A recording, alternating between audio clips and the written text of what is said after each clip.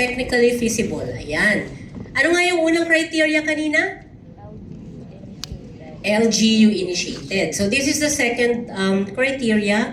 Dapat daw po technically feasible yung ating good practice. So sa scoring niya, ang means of verification niya, yun, merong work instruction, feasibility study, project proposal, meron din dapat na inherent na program monitoring, nakapasok sa LIPH, may work and financial plan, at saka yung fund utilization report. So later, mas makikilala natin yung mga MOVs, no, when we get to submit na the documentary requirements. Okay? So let's proceed muna sa scoring.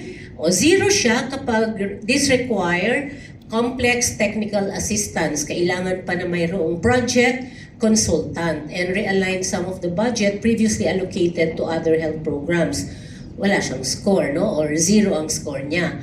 1 naman, if it does not require complex technical assistance, wala nang kinakailangan pa na project consultant, pero somehow naka-realign din siya ng some of the budget from other health program or required complex technical assistance.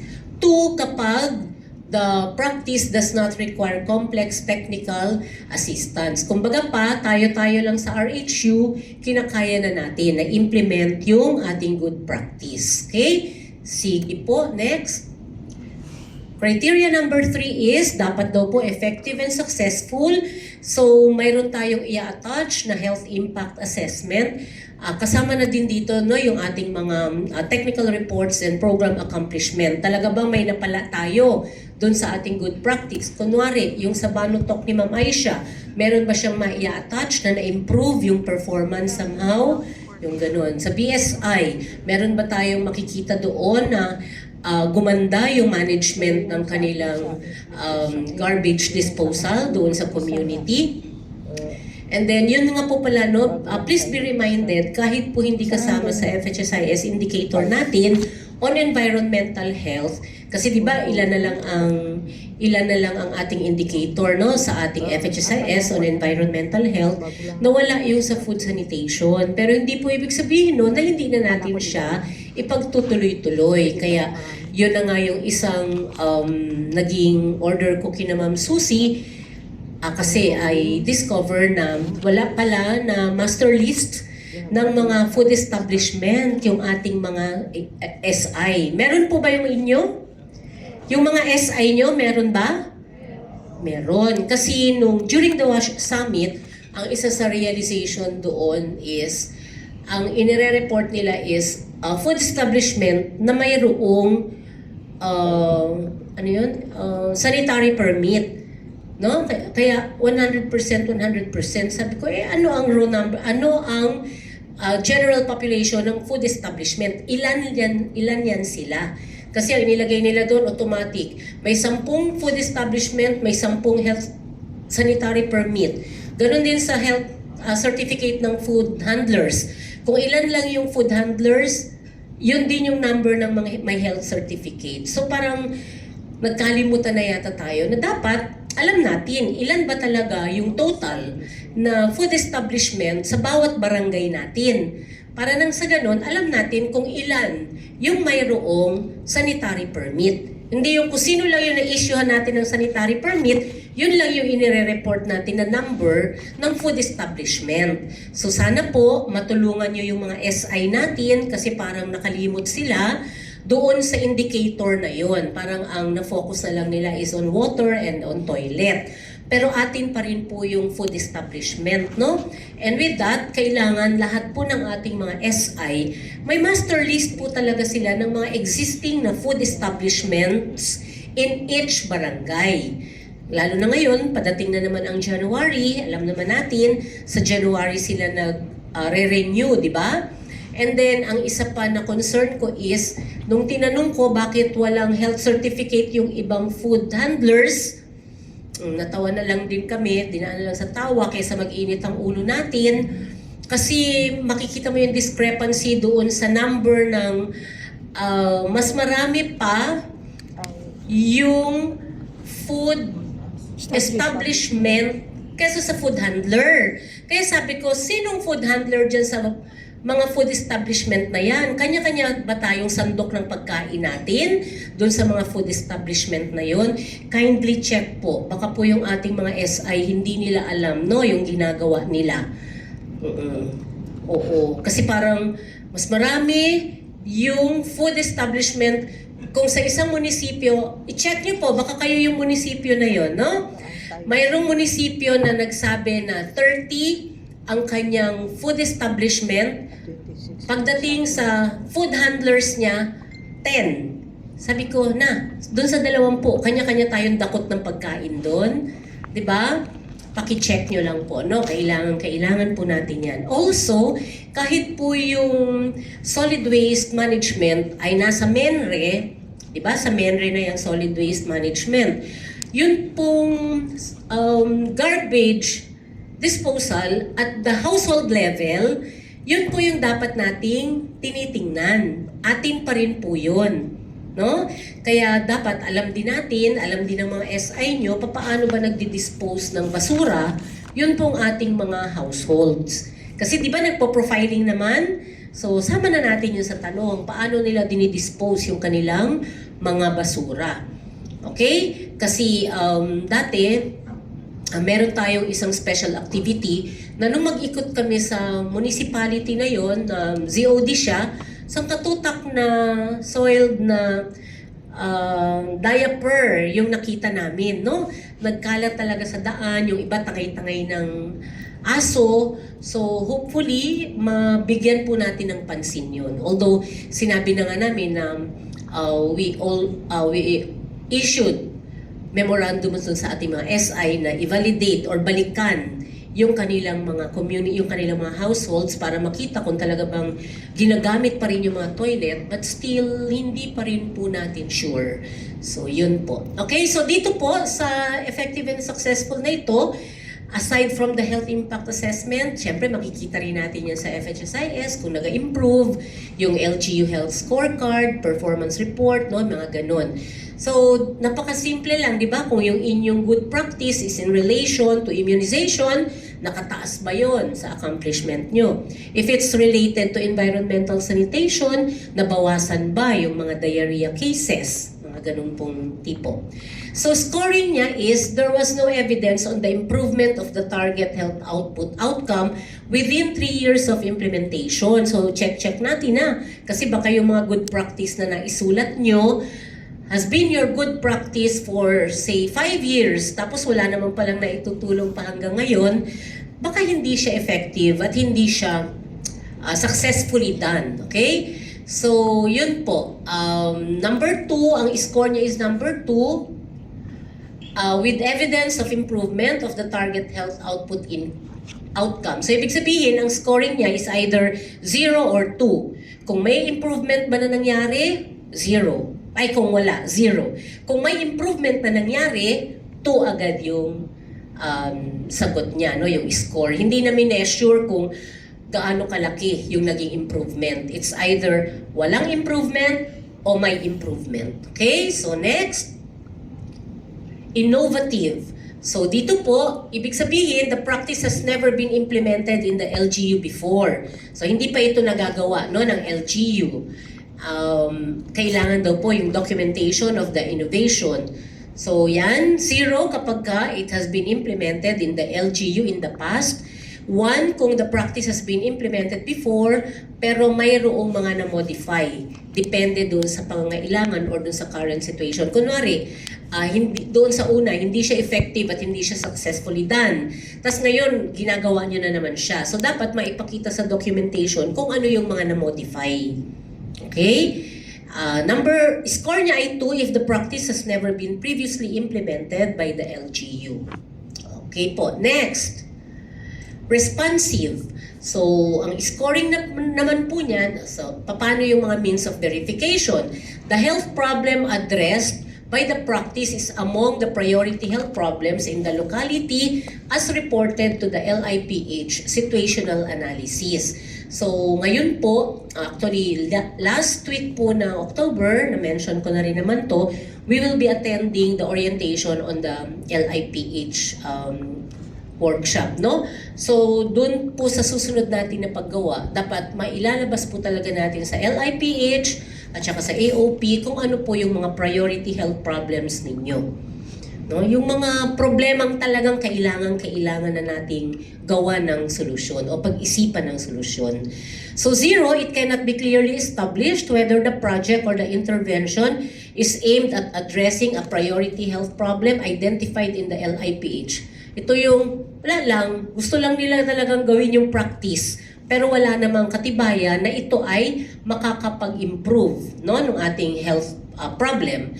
1, if the project intervention is aimed at addressing a priority health problem identified in the LIPH, but there is no evidence of an improvement in the utilization of health services among GIDA, marginalized vulnerable population. And a score of 2 is given if the project or the intervention is aimed in addressing a priority health problem identified in the LIPH situational analysis. So hopefully, lahat po tayo ay maka-attend, no, doon po sa ating LIPH sa cascading, sa pag-roll out po namin ng LIPH workshop para po siguro, pwede ko na rin na ngayon na sabihin na kahit wala pa po yung orientation natin sa ngayon, po pwede na po kayo in your own capacity, pag nag-staff meeting po tayo, i-review na po natin yung mga existing data ninyo,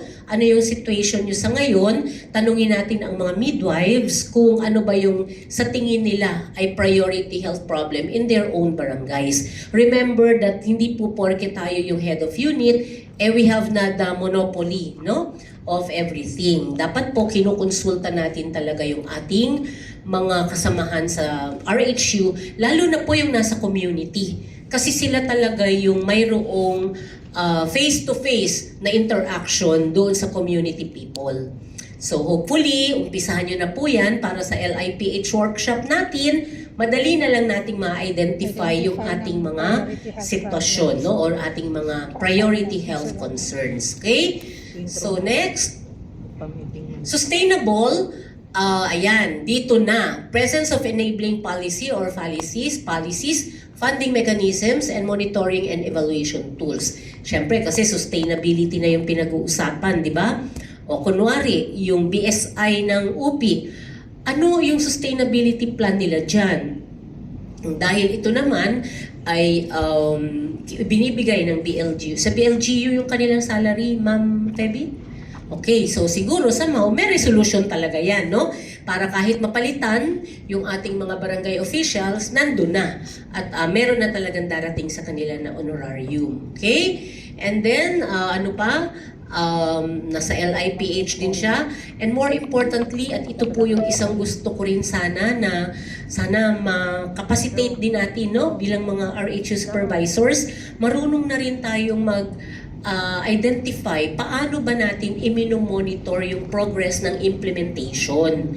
Kasi maalala nyo po, pag gumagawa po tayo ng kahit anong plan, di ba meron tayo sa dulo na success indicator or expected output, di po ba ganon? Pero parang hindi po natin talaga monitor. Actually, pwede po tayong magdagdag ng isa pong column doon sa dulo ng kahit anong plano. At yun na po yung magsisilbi na status of implementation or the monitoring tool.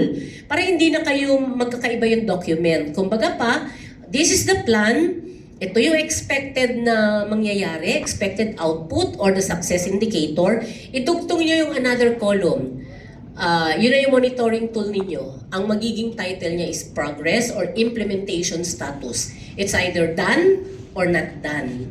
Diba? Para po sa susunod, pagka if you have to revise or if you have to modify the plan, nandun na. Alin dun sa mga activities ninyo, yung done. So yung done na, hindi nyo na ba kailangan yun? Or anong tawag dito? O dadagdagan ninyo? Mas i-intensify pa ninyo. Dadagdagan nyo yung bilang, dadagdagan nyo yung coverage, no? Kung not done, ilagay nyo pa ulit kung kailangan nyo pa talaga siya. So I guess sa mga susunod natin na mga workshop, yun po yung isang gusto ko ma-share sa ating mga head of unit. How do you monitor the plans? no? Para hindi tayo gawa lang ng gawa ng plano. Para alam natin kung ano bang kinalabasan ng pinlano natin. Okay? Klaro po yun? So on your own, pwede nyo na po yun na umpisahan. Kunwari, yung strategic plan na ginawa natin, yung strategic catch-up plan na ginawa natin sa NIP, di ba? Pwede kayo doon na i-monitor nyo na.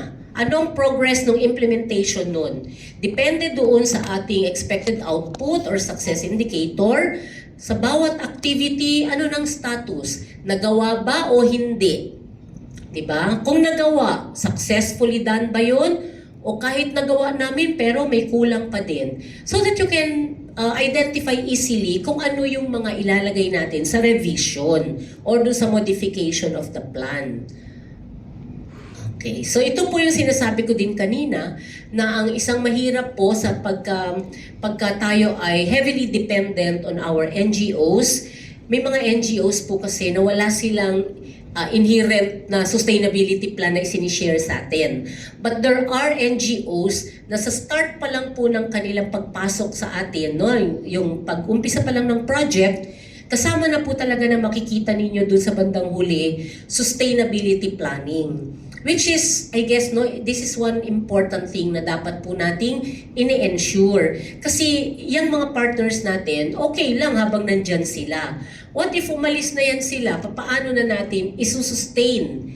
Saan na natin iaasa, no? Yung ating mga magiging kakulangan. So dapat may discussion ng sustainability plan in all the projects na papasok po sa inyo. So, 0 if there's no evidence on the presence of sustaining mechanism. O, may project nga, o meron nga kayong good practice. Good practice lang siya habang nandyan sa NGO, pero hindi na pag-usapan kung paano nyo yan masusustain. Okay? Katulad na lang nung butika ng barangay natin nung araw, di ba? Nawala na lang, di ba? Hindi na natin alam. Kasi heavily dependent tayo on external. Diba? Kasi hindi naman talaga sa atin ang galing yung mga gamot na yon. Score na ay 1 if at least one of the sustaining mechanisms like policies, funding, and M&E is in place. Pero I guess the more important thing here is the funding. Kasi talaga naman, di ba? Sa totoo lang, ang importante, meron ka talagang pagkukunan ng pagkakagastusan mo. Kahit sa katutak na polisiya, yang pirmahan sa atin ng ating mga partners or ng ating mga LCEs, kung hindi po talaga doon nakastipulate kung saan manggagaling yung funds, baliwala po yung ganda ng polisiya natin. So, yun po yung isang tatandaan natin. Kapag ka po tayo ay magpapagawa or makikipag-collaborate with our LGUs or our partners, make sure na nakastipulate po doon kung saan po manggagaling yung funds, no? Yung fund source. Hindi yung ang nakalagay lang doon and the fund later will be identified, aday. O will be later identified. No? Wala tayong pupuntahan. Score of 2 is if all 3 of the sustaining mechanisms are in place, may policy, may funding, at saka may M&E. So makikita natin dito, napakahalaga talaga ng monitoring and evaluation. Diba? Kasi kung hindi natin minomonitor, kahit gaano kaganda yan, kung hindi nyo minomonitor, hindi natin alam kung nagiging successful ba tayo, o kung nagiging kapaki-pakinabang ba, o dagdag na pagod lang sa ating mga health workers, yung mga practices na yan. Next. Culture sensitive. So, alam naman din natin, no, sa bawat lugar, bawat isa sa atin, may kanya-kanya tayong mga kultura. What may be acceptable in Luzon may not be acceptable in Mindanao, or what may be acceptable in Mindanao may not be acceptable in Luzon. So dapat, yun po yung isa sa focus natin. Nasaan ba tayo? Saan ba natin gagawin itong good practice na ito? Or sino ba ang target natin para dito sa good practice na ito? Kasi baka mamaya, yung pamamaraan or the good practice itself is not acceptable to some groups, di ba, na kasama doon sa ating project target natin. Okay, so documentation on the adequate access to quality and safe health services, appropriate to ICCs, IPs, and increase of its utilization. And then GIDA information system, researches on indigenous knowledge systems and practices. Sa kabilang page pa po yung susunod. Scoring niya is no evidence of culture sensitivity implementation in the practice or intervention. Wala man lang mention na ito, ganito, ganyan-ganyan, this is appropriate or applicable in this area kasi ganito, ganyan-ganyan. Wala lang, basta diniscuss lang niya yung good practice without considering nasan ba siya or sino ba yung target natin for that good practice. Score of 2 with evidence of culture sensitivity implementation in the practice or intervention. So it's a 0 or a 2. Kung hindi siya, walang discussion on culture sensitivity, 0 siya. Pero kung na-consider talaga yung sensitivities ng culture ng ating target population, bibigyan natin siya ng score na 2. Okay, next. Gender sensitive. Ay, sige. Okay na yan. Sige po, gender sensitive. So, sabi nga natin dito, yung God Accomplishment Report or the Gender Mainstreaming Evaluation Framework, 0 kapag there was no evidence that the practice was assessed through gender lens nor project consultation involve individuals or population groups across the gender spectrum. Kunwari, yung ating tawag dito, yung ating good practice, ang gusto niyang i-target, no? Ang gusto niyang i-target ay yung ating mga gays, kunwari. Pero wala namang consultation na nangyari. Hindi man lang sila kinonsulta kung okay ba sa kanila, na bigla na lang silang kukuha na ng test, no, for HIV, yung mga ganung tipo. Dapat mayroong consultation, proper consultation doon sa target population. Otherwise, lalo na sa ganito, no, kung pinag-uusapan natin ay gender sensitivity, talagang malaki ang discussion pagdating sa ganito. So 0, there was no evidence that the practice was assessed. And then 1, the practice was either assessed through the gender lens or the target population are women and children, or project consultation involves individuals, population groups across the gender spectrum. And then 2, the project was reported among the LGU God accomplishment. And then, after the scoring, ito total po natin yun. Dahil 8 po yung indicators natin, so the perfect score will be 16. Okay? So 16 over 16, that will give us 100%. Ang passing po dito is 60%. Nandun po yan sa document, no? Na dapat yung good practice na i-dino-document natin should have a score of not less than 60%. Okay, next. Ayan, ito na po yung template natin sa documentation of good practice. So, pag sinabi po nating documentation, hindi po picture lang ng picture. Dapat po talaga mayroon tayong narrative, no? Meron po talaga tayong papel na magdi-describe ng ating pong good practice. So, una, title or what is the name that best describe the good practice? Anong ipapangalan nyo doon sa good practice? Ano yung kina Ma'am Aisha Banutok, no? Yung kanilang good practice noon. So this must contain keywords that clearly define the good practice. The activity or project, mechanism, process, or strategy should be identified in the title. Should capture the message of the story. Masyadong demanding, pero oo, kasi kung grabe title nandun na lahat, so po pwede naman nating ilagay under the title na ito ang ibig sabihin nun. Further explain na lang. Ang importante, yung title niya will be, madali lang siyang intindihin, sa isang tingin mo pa lang, may idea ka na kung para saan siya, yung project na yon at ano yung balak niyang gawin. Tapos date, pag sinabi nating date, kailan ito nag-umpisa, nung 1990 pa ba ito? Mga ganung tipo.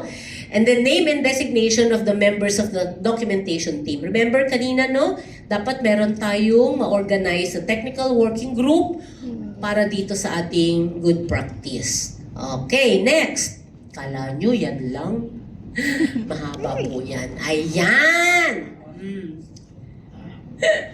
Kasi documentation man, di naman picture lang. Okay, objective. What is the aim or the objective of the practice? O kunwari, yung BSI natin, no, sa pag-iisipan na ni Ma'am Feby, ano ang magandang project para doon, barangay sanitation officer, tapos tut, anong ibig sabihin, para saan yon, para sa ganyan. So anong objective ng pagkakaroon natin ng mga BSI? So dyan natin yun ipapasok, no? And then location, what is the geographical range where the good practice has been used? Specify when possible the province, district, and municipality. So if possible, add a map to show where the practice was implemented. Kunwari, yung clustering ng birthing facility natin, that's another good practice ng UPI. So, kasama yon, imamapping ninyo. No? Anong mga barangay yung nagsisharing ng clustered na birth center or birthing facility. And then, introduction. O, kita nyo, introduction pa lang, dami nang isusulat. So again, wag po tayong matakot dito ha. Baka kala nyo sang katutak na Inglisa na naman yan. You can always start with bullet lang. And then sa kanyo nalagyan ng mga the, and, ganyan. Kasi minsan dyan tayo dyan tayo natatalo, no? Mahirap mag-umpisa. Pero sa totoo lang, pag naumpisahan nyo na po yan, madali lang. Bullet lang. Introductory part describing the health situation and other circumstances related to health from which the practice was developed. Kunwari, ang problema natin ay yung sa environmental sanitation. Di isasama na natin doon, dito sa barangay na ganito, ito yung walang toilet. Ito sa barangay na ito yung ganito, ganyan. Ano lang, bullet. Later nyo na problemahin yung pag-compose. No? Yung pag-compose ng paragraph. Diba? And then, mention the segment of the population affected by the current situation. Describe how they were affected. Kunwari, if your good practice is on immunization, yun lang ay describe nyo. Anong segment ng population ba yun? Bakit ba natin gustong-gusto na magkaroon kayo ng mga bakuna champion? Diba? And then, link the health situation that needs to be addressed with the good practice. So, ibig sabihin, doon nyo na ikukwento. Introduction pa lang ha, pero ikinukwento nyo na kaya kayo nakapag-isip ng ganitong good practice ay dahil may ganito tayong suliranin na nakikita natin na ito yung posible na makatulong doon. Parang yung mga ginagawa nyo kanina sa presentation ninyo, mga ganun. Diba? So again, huwag problemahin muna si English. Bullet lang muna tayo. Kung nahirapan kayong Englishin, Tagalogin nyo lang. No? English later. Bullet now, paragraph later. Or sentences later. Tagalog now, English later. Ganon. Kasi kung pag-upo nyo, mahirap naman ba ito? Paano ba ito? Wala, mauubos ang oras at araw nyo na hindi kayo nakaka-start. But given na, kaya nyo yan. But given na nandyan yung sitwasyon, glaring health problem na nakaharap sa inyo, madali nyo lang yan mapag-iisipan, I tell you. Practice lang tayo. Okay? What is the context and challenge being addressed? Provide a short description of the health situation being addressed and specify the period during which the practice has been carried out. Kunwari, kung ang nilalagay natin dito ay yung practice ninyo of conducting graduation on fully immunized children, sulat nyo dyan. Bakit nyo ba yun naisipan? Ano pala yung problema? Kasi maraming drop out, kasi maraming hindi nagkukumpleto. So parang para mas ma-realize ng parents yung kahalagahan na makumpleto nila, inirelate namin sila sa isang school graduation na kung saan pagka napag-graduate na natin, ibig sabihin, armado na yung bata. Kahit anong sakit yung dumating sa kanya, mayroon siyang panlaban. No? Hindi ibig sabihin na hindi na siya magkakasakit, kundi may panlaban na siya dun sa sakit na darating. Again, bullet lang muna ha, kung nahihirapan kayong mag-Englicize at saka mag-sentence agad. Explain how gender and culture was taken into account in both the challenge being addressed and the good practice itself.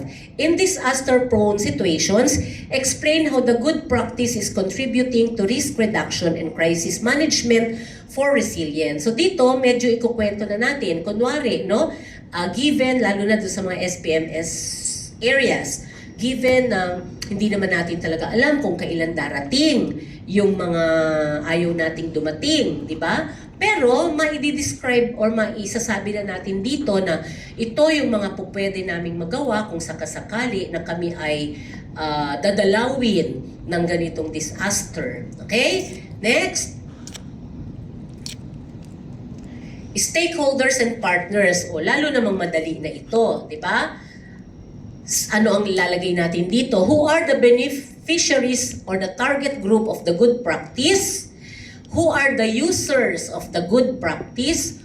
Who are the institutions, partners, implementing agencies, and donors involved in the good practice, and what is the nature of their involvement? So, kumbaga, isa-isahin ninyo, kasama natin dito yung mga, kunwari, nilagay natin dyan, DepEd.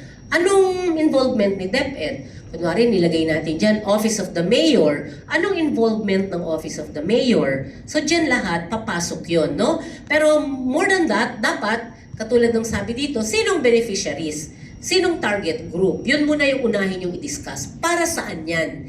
Para kanino yung good practice na yan? And then pag na-identify na ninyo kung para kanino si good, para ba yung tanong, para kanino ako bumabangon? Diba? So yun muna yung uunahin natin. And then later on, sino yung mga magpapabangon sa akin? Sino ang kasabay kong babangon? Diba? Para i-push itong good practice na ito. Explain the different roles of the individuals and population groups across the gender spectrum play as they benefit from the good practice and their degree of vulnerability to different types of threats. This is a document, no? This is an official document. Mababasa at mababasa po ito. Diba? Later on, isi-share kasi natin to kasi sabi ko nga sa inyo, we will find a way na kung saan may compile natin yung lahat ng inyong mga magagawang documentation ng good practices. So, if sa tingin po ninyo, makakatulong dyan na ma-mention ninyo na the local chief executive, ganyan, huwag naman panay bola. Yung katotohanan lang, ang ilalagay nyo dyan. Kasi syempre, kahit naman din siguro kayo, no, maganda rin na nakikita nyo yung pangalan nyo dun sa document. O the municipal health officer has been very, instrumental to the ganito, ganyan. The public health nurse played a significant role in coordinating the activities na ganito, ganyan, with these partners na ganyan. Itong partner na ito ay si ganito at si ganyan, na nagbigay ng ayuda. Diba? So be very specific also on the assistance that they provided. Para nang sa ganun, alam din nung makakabasa, halimbawa na, isi-share natin ito. And then some people would want to replicate this. O alam na nila kung sino yung mga partners na pwede nilang lapitan at ano yung pwede nilang mahingi or makuhang assistance, no? Doon sa mga partners na yon. Okay, methodological approach. What methodology has been used in order to address the initial issue and lead to a successful outcome, and finally to the good practice? Any work instruction? Paano nyo ba yan napag-isipan? Kayo ba ay nagsagawa ng isang consultation sa ating mga sa community members, sa ating mga volunteers, sa ating mga RH staff, sa ating mga barangay officials? Nagkaroon ba kayo ng consultation? Kasi hindi naman yun yung ganyan na, basta, ito na yung gagawin natin. Again, wala po tayong monopoly, no, ng kahit ano sa pagdedesisyon, lalo na po kung ganitong good practice ang pinag-uusapan. Lahat po ng idea should be welcome. Para nang sa ganun, mas lalo po nating mapaganda at mapaayos. Kasi kung kayo lang po ng kayo, malay natin, there might be brighter ideas, no, that will come from the community, from the people in the community themselves. Kasi sila yung nakakaranas ng problem na yun eh. Malay nyo, meron talaga silang naiisip na pwede naman siguro ito. No? Hindi lang nila alam kung kanino nila isi-share yung mga ganoon na suggestions. Okay, so what was the process? Enumerate the steps. Paano kayo nag-consultation? Sino muna yung una na kinausap ninyo? Agad-agad ba na ipinatawag ang marami? O pilot group lang muna kayo, di ba? Kumuha lang muna kayo ng sample population. Kunwari, if it's about the adolescents, Lahat ba agad? O sino yung specific group ng adolescents na kinuha nyo? Ito ba yung mga SK ba? O lahat ba ng SK members kinuha nyo? O SK officials? O kung sino lang yung malapit, no, na po pwede nating. Kasi sa totoo lang, mas marami kayong i-involve doon sa consultation process, mas mahal. 'Di ba? So, kuha muna tayo ng maliit lang muna na grupo, and then later on, yung maliit na grupo na yon can share with you sino pa palang pwede natin na makausap tungkol dito sa ating pinaplano na ito. Sa tingin mo, sino pang pwede nating i-involve dito? Okay? Huwag yung ipinatawag ko na lahat ng barangay officials, no? Pagdating ng merienda, aday, wala tayong merienda. Pinatawag mo na lahat ng mga SK officials. Wala naman tayo may pananghalian sa kanila. Sa tingin nyo ba, babalik pa yan sa atin? 'Di ba? Lalo na kung hindi nila ganap na nauunawaan that the good practice, sila yung target. No?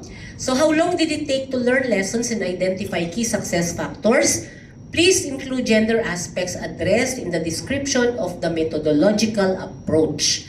So again, do not be overwhelmed by the terms, no, na nakikita natin dito, gender aspects, methodological approach, para bang, ano yung pinagsasabi ni doktora? Parang alien, no? So parang sinasabi lang naman dyan, paano nyo ginawa?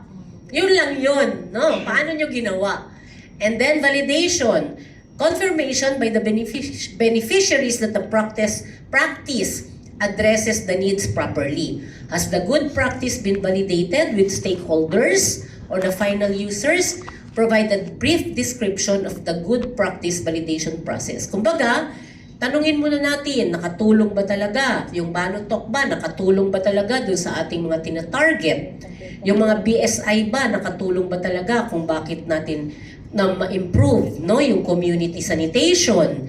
So, sinong tatanungin natin? Siyempre, yung community people. O meron ba po na may improvement ba tayo nakita sa environmental sanitation natin? Noon pong nag-deploy tayo ng mga barangay sanitary inspectors. Yun po bang mga activities na ginawa nila, nakatulong po ba sa inyo? Mas naintindihan niyo po ba kung anong kahalagahan, kung saan dapat itapon ang basura?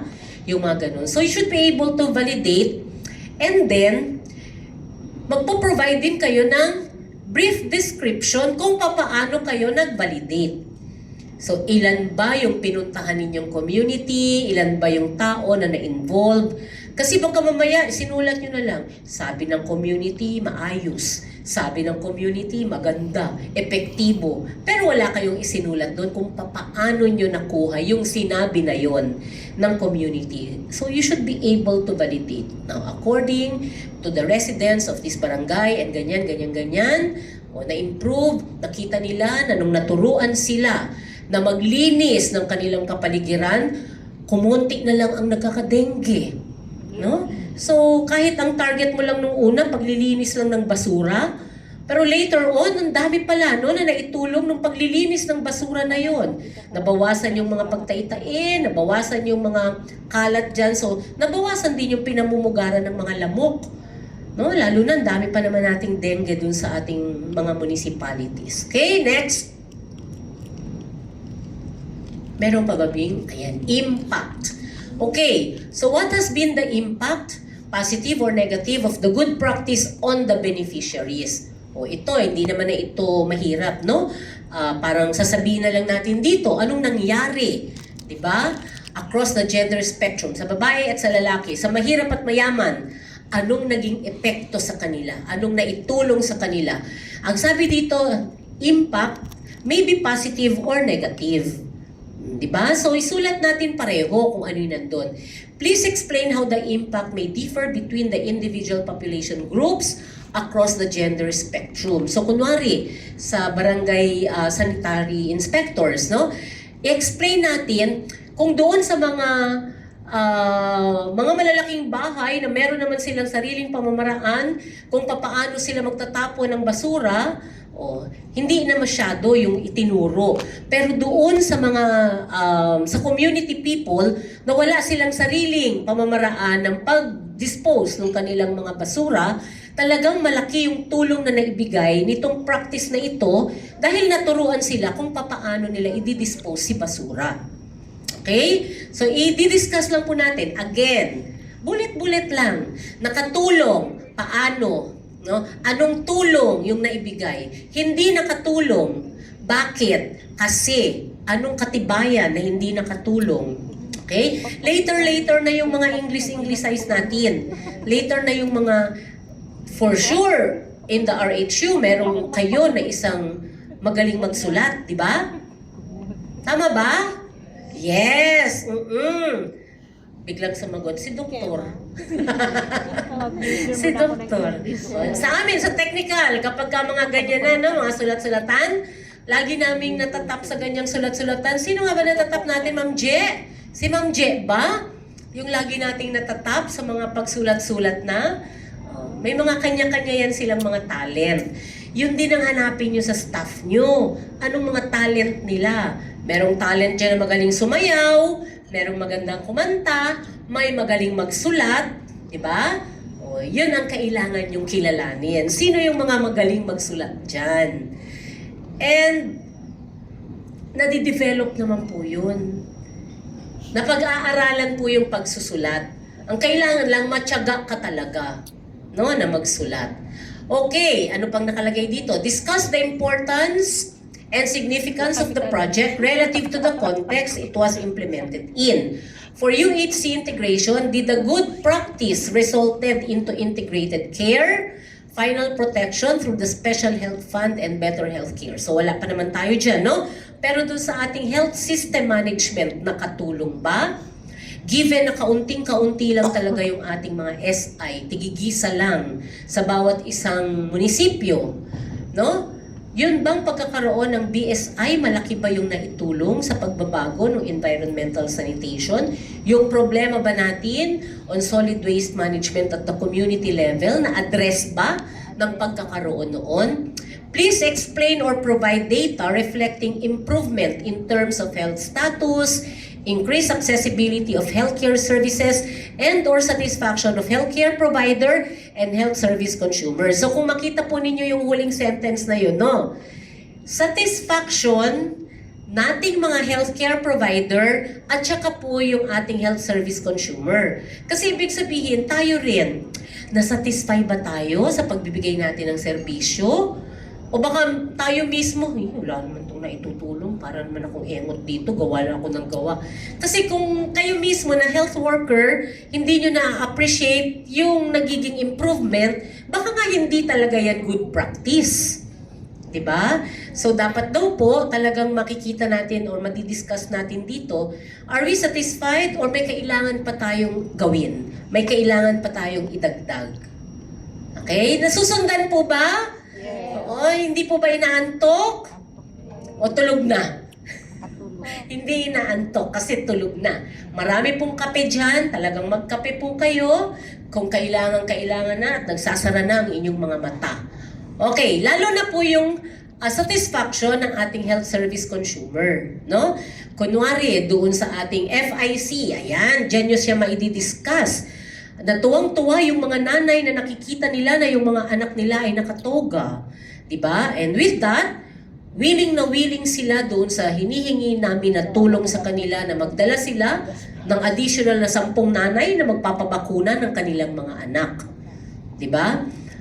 So, ilalagay po natin, negative, positive, dapat po mamimension natin dito.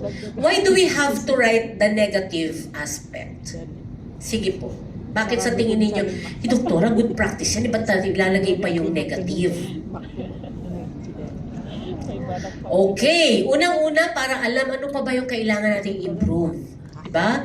Kasi who knows, meron lang tayong nakaligtaan o nakalimutan na gawin doon sa ating good practice na yun. No? So, for now, kasi hindi naman porke ito na yung final document. You can always modify. Kasi imo-monitor nga natin to eh. Hindi naman to one-time, big-time lang na documentation. You should be able to monitor the implementation of the good practice. Okay, sige next. Innovation. Kala nyo, konti, no? O, kaya pag gagawa tayo ng documentation, kahit yan lang munang mga title, yan lang muna lagay nyo. Innovation, ano nga ilalagay dito sa innovation? Success factor, ano nga ilalagay dito? Bullet lang yan. Caring nyo yan, no? So sa innovation, in what way has the good practice introduced or reinvented tools or techniques so that policies or interventions continue to be responsive to current needs and adjust to trends or changes? Sa success, parang thesis daw. Success factors. What are the enabling factors that contributed to the success of the program or project? Sino daw mga nakatulong sa inyo? Bullet lang muna. Later nyo na ilagay dyan, bakit natin sila na-identify, no, to be contributing to the success of the good practice. Next, constraints. Ito yung maganda. Dapat, you should be able also to identify ano ba yung mga challenges na na-encounter natin in applying the good practice. Ito ay maganda talaga na mailagay because this will help those persons who will be replicating the good practice. Ma-anticipate na nila yung magiging problema nila kasi naging problema nyo na rin. So that, alam na agad nila or mapagplanuhan na nila kung paano nila i-address yung mga na-identify ninyong naging constraints. Okay? So what are the challenges encountered? How have they been addressed? In a disaster context, in which way do crises or shocks affect the livelihood of groups or at risk? So ibig lang pong sabihin dito, hindi lang po yung good practice ang ating isinishare, isishare din po natin dapat kung ano yung mga difficulties niya para mas madali nilang mapagpaplanuhan. Lessons learned. What are the key messages and lessons learned to take away from the good practice experience para sa lalaki, para sa babae, para sa mga marginalized or vulnerable groups? So we should be very specific, no? Itong lessons learned na ito concerning mga kababaihan, o dapat ganito, ganyan-ganyan, o ito. Lessons learned para sa mga kabataan, para dun sa mga under 5 na dapat pala sinasabi talaga natin, no, na ganito dapat, dadalahin nila agad ang kanilang mga anak. Hindi na kailangang intayin na magtagal na mayroong dinaramdam yung anak, dapat na check up na po agad. And the important thing is the sustainability. Sabi ko nga, lahat ng good practice natin dapat may sustainability plan. What are the elements that need to be put into place for the good practice to be institutionally, socially, economically, and environmentally sustainable? So unang-una, meron naman tayong resolutions, di ba? May mga policies na tayo dyan. If applicable, indicate the total costs incurred for the implementation of the practice. Magkano bang nagastos natin lahat-lahat? No? Kunwari, doon sa pag-deploy ng ating mga barangay sanitation inspector,